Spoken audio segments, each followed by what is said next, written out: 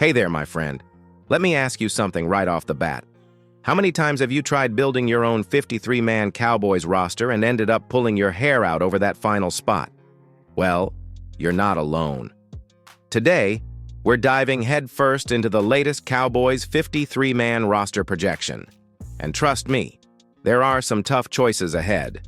We're going position by position, breaking down the locks, the battles, and the cuts that are going to sting. So get ready, because this one's going to spark some serious debate. Let's start with the one position that doesn't keep us up at night, quarterback. No surprise here, Dak Prescott is your starter. That's set in stone. Behind him, Will Grier offers veteran depth. And yes, the Cowboys are holding on tight to Joe Milton. The raw talent is too much to risk losing on waivers. So there you go, Dak, Grier, and Milton. 3 quarterbacks locked in. But then we get to running back, and that's where the drama begins. Right now, the only running back who's truly safe is Jaden Blue. He's expected to lead the backfield. Behind him, it gets complicated. Javonte Williams brings power and experience. Miles Sanders is trying to bounce back and prove he still has something left. Fullback Hunter Luepke is a favorite for his versatility. And then you've got rookie Phil Mafah, who's been turning heads in camp. Now here's the issue. There might only be room for 4 backs total, maybe 5 if they squeeze one extra. But if you keep Mafah, someone else has to go. And if you drop him, are you giving up on long-term upside? So let me ask you directly, how many running backs and fullbacks should the Cowboys carry? 4 or 5? Vote in the poll and drop your take in the comments. I want to know what you'd do if you were sitting in that war room, because the next position group is going to make things even more complicated. Wide receivers, and that's where the real bubble battles begin. All right, let's talk about wide receivers, because this is where the real chaos begins. CeeDee Lamb is obviously a lock. He's your WR1 and the heart of this group. Brandon Cooks, no question he stays. Jalen Tolbert, he's earned his spot, no doubt about it. But after those 3, the picture gets blurry real fast. Jalen Brooks has shown promise and consistency, especially on special teams. Then there's rookie Ryan Flournoy. This kid's athleticism is off the charts, and he's been flashing in camp. And don't forget about Tyron Billy Johnson and Dennis Houston, 2 guys who've been grinding for a chance. But here's the issue. The Cowboys can only afford to keep 6, maybe 7 wide receivers. So someone's going to be left out. And remember, return ability matters. If Kevontae Turpin isn't viewed as a core offensive piece, does he stay just for special teams? Or is that spot better used on someone who can contribute as a receiver too? So here's the question for you. If you had to make the call, who gets that final wide receiver spot? Flournoy, Brooks, or someone else? Let me know in the comments, because this race might come down to the wire. Now let's shift to tight end, and thankfully, it's a bit more straightforward. Jake Ferguson is your starter. He's tough, reliable, and becoming one of Dak's favorite targets. Then there's Luke Schoonmaker, who's expected to take a leap in year 2. Peyton Hendershot adds athleticism, though injuries have slowed him down. The real debate? Do the Cowboys carry a 4th tight end? Brevin Spann-Ford is an undrafted rookie, but he brings size and upside as a blocker. If they want extra help in the run game, he's worth a long look. But here's the catch. Keeping 4 tight ends means cutting somewhere else, maybe an extra O-lineman, maybe a receiver. And with this roster already stretched thin, every decision has a ripple effect. Quick poll. Should Dallas go with 3 tight ends or 4? Drop your vote and tell me who your ideal group would be. Because next, we're heading to the offensive line, and that's where roster math starts to get really messy.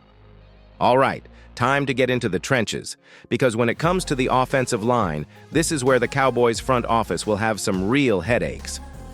Let's start with the locks.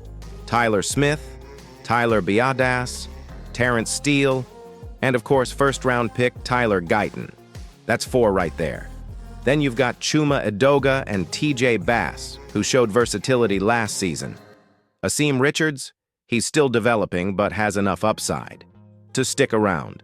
And don't forget Brock Hoffman, who can play center and guard. That flexibility might just save his spot. Now here's the tricky part.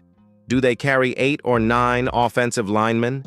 Injuries hit hard last year and depth was tested, but with so many roster spots tight, keeping a 9th lineman could mean sacrificing someone at another position. What do you think? Is 9 too many? Or is that smart insurance in case of injury? And hey, keep an eye on undrafted rookie Nathan Thomas. He's raw but powerful, and if he impresses in camp, he could force someone out. Let's shift quickly to the quarterback situation. This one's heating up more than expected. Dak Prescott is obviously the starter, and Cooper Rush remains the steady veteran backup. But the wild card is Trey Lance. The Cowboys traded for him last season, and now it's decision time. Do they keep 3 quarterbacks, or try to sneak one onto the practice squad? If Lance doesn't show real progress in camp, there's a world where the Cowboys could make a tough call. And let's not forget Joe Milton, the rookie with the cannon arm. He might be a long shot, but if he pops in preseason, things get real interesting. Here's a question for you. Should the Cowboys keep 3 quarterbacks on the 53-man roster or just roll with Dak and Rush? It's a big debate, especially if those roster spots are needed elsewhere. And that's the theme here, right? Every spot you save helps another position, but every cut could come back to bite you.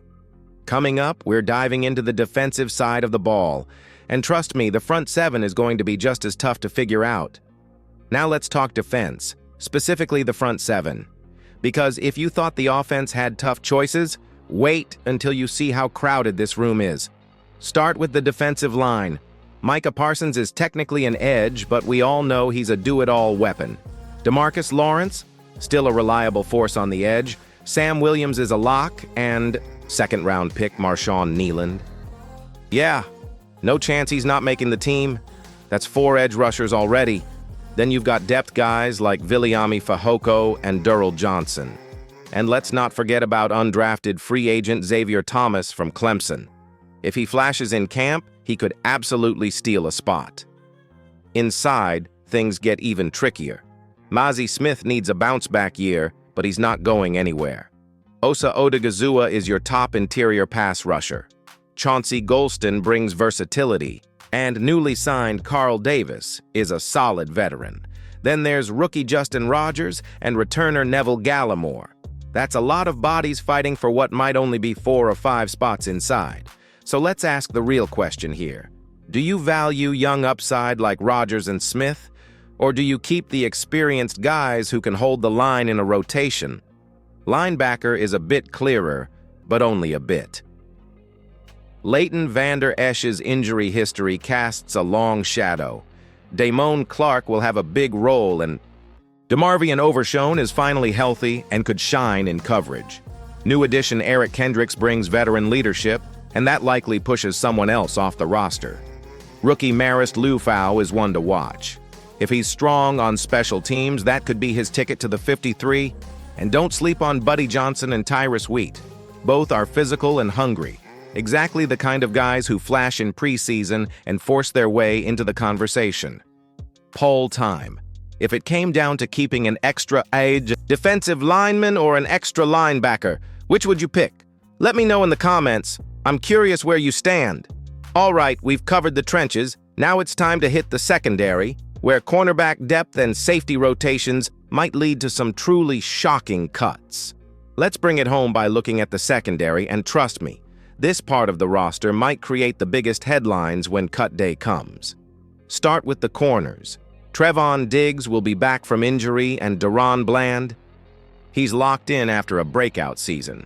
Jordan Lewis re-signed and should hold down the nickel spot early, while 2024 fifth-round pick Kalen Carson is trending up fast. Then there's Eric Scott Jr., who the Cowboys were high on last year. And rookie safety-turned-corner Kitan Oladapo. He's raw, but the potential is real. Suddenly that CB room is getting tight. Nahshon Wright and Kelvin Joseph. They're former picks, but neither has shown enough to be considered safe. And if Dan Quinn were still here, maybe they'd stick. But with Mike Zimmer now pulling the strings, the evaluation might look very different. At safety, Malik Hooker, Donovan Wilson, and Jaron Kearse formed a solid trio in the past. But now that Zimmer's running the show, he might lean more toward heavy box looks and interchangeable safeties, especially with Kearse coming off a down year and entering free agency again soon. Israel Mukwamu offers size and versatility, and he's a Zimmer-type DB. Then there's Wanye Thomas. Don't sleep on him. He flashed when given chances and could be this year's surprise lock. And finally, undrafted standout Emini Johnson. He's a long shot, but every year someone like him turns heads in camp and shakes things up. Here's your final big question. If Zimmer prefers a more physical, press-heavy scheme, who fits best? And who might be a better fit elsewhere? Drop your prediction in the comments. Which defensive back won't survive final cuts? And don't forget to vote. Should the Cowboys keep 10 DBs or trim it to 9 to save a roster spot for another position? As we wrap up, remember, this 53-man projection isn't just about talent. It's about scheme fit, special teams, contract value, and development upside. Training camp is where these battles get real, and preseason will only intensify the pressure. And now I want to hear from you. Who are your surprise cuts and underdog picks to make the 53? Let's break it all down together.